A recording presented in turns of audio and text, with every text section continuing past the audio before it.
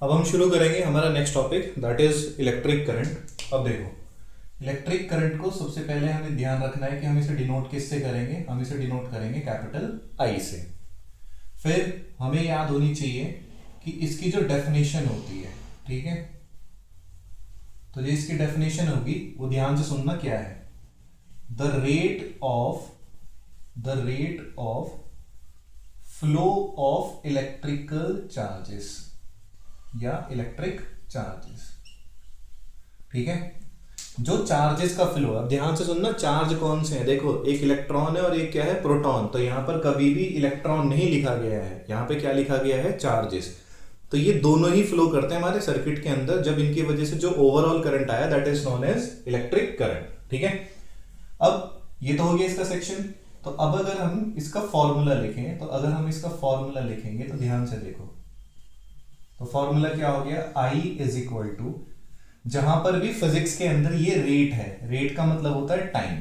तो electric charges तो हमने लिखे चार्जेस, चार्ज अपॉन में टाइम।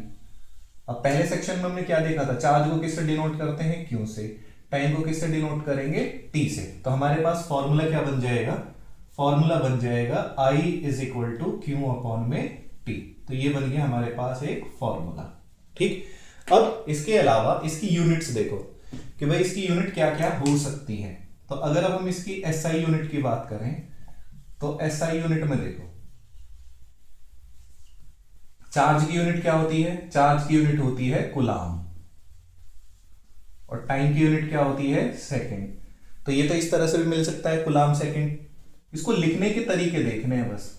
इसको एग्जाम में ऐसे भी लिखा जा सकता है, कूलाम सेकंड, और ये हो गया इनवर्स, क्योंकि इसकी पावर क्या है, +1, ऊपर जाएगी तो -1। इसे सिंबल के फॉर्म में कैसे लिखेंगे, कैपिटल C अपॉन में लिखा, ये लिखा सेकंड, और इसी को दूसरे तरीके से कैसे लिखा जा सकता है, कूलाम सेकंड इनवर्स, इस तरीके से। नहीं तो इसकी स्टैंडर्ड यूनिट क्या होती है, स्टैंडर्ड यूनिट होती है इसकी एम्पियर, जिसे डिनोट किससे करते हैं, कैपिटल A से। तो ये हो गई SI यूनिट, ठीक। और ध्यान से सुनो, अब ये तो SI यूनिट हुई है हम लोगों के पास। अब इसके अलावा जो करंट है, तो करंट क्या है, current is a scalar quantity. तो ये क्या है, एक स्केलर क्वांटिटी है। स्केलर क्वांटिटी का मतलब क्या हो गया कि जिसके पास एक पर्टिकुलर डायरेक्शन नहीं है, एक डेफिनेट डायरेक्शन नहीं है, लेकिन इसके पास क्या है, अपना एक मैग्नीट्यूड अवेलेबल है। तो ये सेक्शन हो गया। अब प्रॉब्लम क्या है कि करंट तो आ गया, इसे मेजर भी कर लिया। अब इसको मेजर करने वाले डिवाइस को हमें देखना है। तो अगर अब हम इसे मेजरिंग डिवाइस देखें, ठीक, तो जो डिवाइस है कि कौन सा डिवाइस इसे मेजर करेगा, तो उसका नाम क्या है, उसका नाम है एमीटर, ठीक। अब एमीटर देखो, एमीटर का सिंबल क्या होगा, ये होगा एमीटर का सिंबल। इधर एक साइड पॉजिटिव और एक साइड क्या है, ये नेगेटिव है ठीक है। एमीटर तुम्हें लैब में भी मिलेगा। अब क्वेश्चन क्या है कि एमीटर को तुम लोग सर्किट के अंदर लगाओगे कैसे। तो हमने पहले देखो एमीटर को क्या लिखना है कि ammeter is a device, ammeter is a device which is used to measure the current.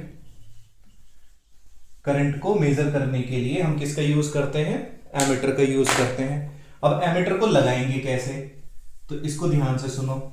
इसको हमने लिखा, it is ammeter is connected in series.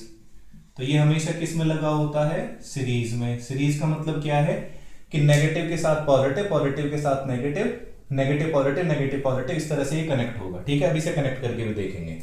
तो कनेक्टेड इन सीरीज, क्वेश्चन ये है कि वाई इन सीरीज, कि सीरीज में ही क्यों लगाया। वो इसलिए लगाया because its resistance is very low. इसका रेजिस्टेंस क्या है, बहुत ही कम होता है, इसलिए इसको हमने किस में लगाया है, सीरीज में लगाया है। अब अगर हमारे पास कोई एक आइडियल है, आइडियल एमीटर है, आइडियल एमीटर का रेजिस्टेंस क्या होगा, वो 0 रहेगा। लिख लेना ये कि जो आइडियल मतलब बिल्कुल आदर्श, जो आइडियल एमीटर रहेगा उसका रेजिस्टेंस क्या रहेगा, वो बिल्कुल 0 रहने वाला है, ठीक। अब देखो, अगर इसे आप सर्किट के अंदर लगाएं, ये सारी की सारी चीजें लिखनी है और बिल्कुल ऐसे ही तुम्हें याद रखना है, ये ध्यान रखना, ठीक है।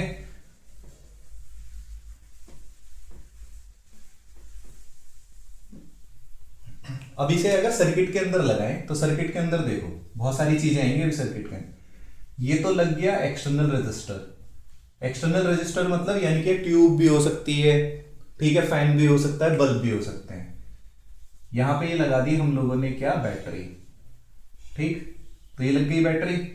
अब जो डायरेक्शन होती है करंट की, ये नेगेटिव है, ये क्या है, पॉजिटिव, ठीक है, डायरेक्शन पे भी आएंगे।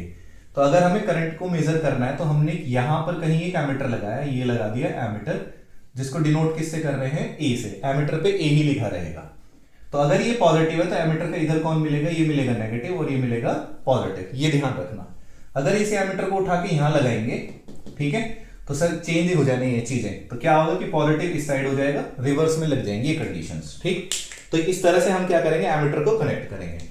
अब एमीटर को कनेक्ट करने के बाद अब हमें देखना है कि what is the direction of current. ये ध्यान से सुनना कि जो करंट की डायरेक्शन है वो क्या रहेगी।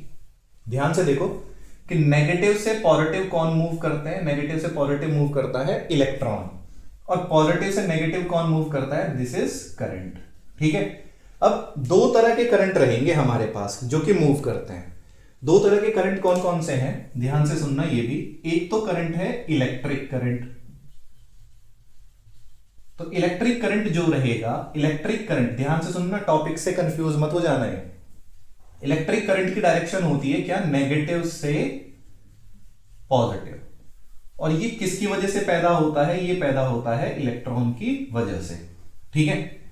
दूसरा करंट आता है कन्वेंशनल करंट, और कन्वेंशनल करंट की जो डायरेक्शन रहेगी वो रहेगी हमेशा पॉजिटिव से नेगेटिव, और ये किसकी वजह से आया है, ये आया है प्रोटॉन की वजह से, ठीक है, जो ये चीज है। तो दो लोग थे, ठीक है, जो कभी लड़ रहे थे अपने भूतकाल में। एक ने बोला कि नहीं इनके चलने की वजह से, एक बोल रहा है कि नहीं प्रोटॉन के चलने की वजह से। तो दोनों को सेटिस्फाई करने के लिए बोला कि तुम्हारी चार्जेस की डायरेक्शन ले लेते हैं, तुम्हारी करंट की डायरेक्शन को हम लोग यहाँ पे कंसिडर करेंगे, ठीक। तो इसलिए जो हमने करंट की डायरेक्शन मानी है, वो करंट की डायरेक्शन कौन सी मानी है, पॉजिटिव से नेगेटिव, और जो करंट ये फ्लो कर रहा है, this current is known as conventional current. ये चीज याद रखनी है, ठीक है। तो अब हमने स्टैंडर्ड क्या बनाया, direction of current. Direction of current हमने बनाई कि जो करंट है वो फ्लो करेगा कहां से, from positive terminal of battery से नेगेटिव टर्मिनल ऑफ बैटरी की तरफ। या हम क्या लिख सकते हैं, the direction of current is opposite to the direction of flow of current, direction of flow of electron, ठीक है ना। देखो इलेक्ट्रॉन कहां से मूव करेंगे, नेगेटिव से पॉजिटिव, तो करंट कहां से मूव कर रहा है हमारा, पॉजिटिव से नेगेटिव, ठीक है। तो ये डायरेक्शन भी हो गई, इलेक्ट्रिक करंट हो गई, एमीटर हमारा इस तरह से ही ये यहां पर लगेगा। अब इसके अलावा जो एक क्वेश्चन बहुत इंपॉर्टेंट है वो क्या है, डिफाइन करो 1 एम्पियर को, कि 1 एम्पियर को डिफाइन करना है, ठीक है। अब इस 1 एम्पियर को कैसे डिफाइन करेंगे, ये सुनो कि हम लोगों को पता है कि हमने लिखा कि भाई एज वी नो, ध्यान से सुनना कैसे डिफाइन करते हैं, कि I इज इक्वल टू होता है Q बाई टी। तो वैल्यू कितनी आनी चाहिए, इसको सॉल्व करने पर 1 एम्पियर आना चाहिए। अब 1 एम्पियर कब आएगा, 1 एम्पियर के लिए हमें पता है कि अगर Q की वैल्यू क्या रख दी जाए, 1 कूलाम रख दें, और टाइम कितना रख दें, 1 सेकेंड। तो कूलाम पर सेकेंड क्या होता है, कूलाम पर सेकेंड होता है एम्पियर, तो ये हो गया 1 एम्पियर। अब इसको डिफाइन कैसे करेंगे कि 1 एम्पियर कब आया, यानी कि जब 1 सेकंड में 1 कूलाम चार्ज फ्लो करें तो उस टाइम पे जो करंट प्रोड्यूस हुआ है that will be of 1 ampere. फिर से सुनो, 1 सेकंड में अगर 1 कूलाम चार्ज फ्लो कर जाए तो उस दौरान जो करंट प्रोड्यूस होगा वो कितने एम्पियर का रहेगा, 1 एम्पियर, ठीक है। तो इसको क्या लिखेंगे कि if 1 coulomb charges flow in 1 second, then produced current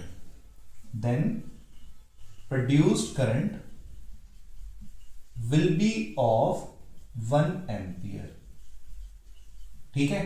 अगर 1 कूलाम चार्ज हमारे फ्लो करते हैं किसमें, 1 सेकंड में, तो उस टाइम पे जो करंट प्रोड्यूस हुआ है वो कितने का रहेगा, वो 1 एम्पियर का रहेगा। ठीक है, तो इस तरीके से हमने पूरे करंट के बारे में पढ़ लिया है, इससे बाहर कुछ भी नहीं है। समझ में आ रही है बात? तो सारा का सारा सेक्शन जैसे लिखा हुआ है वैसे ही ये सेक्शन हम लोगों को याद होना चाहिए, और उसी तरीके से हमें अपने नोट्स को भी क्या करना है, प्रिपेयर करना है, इससे अलावा कुछ भी नहीं है। ठीक है।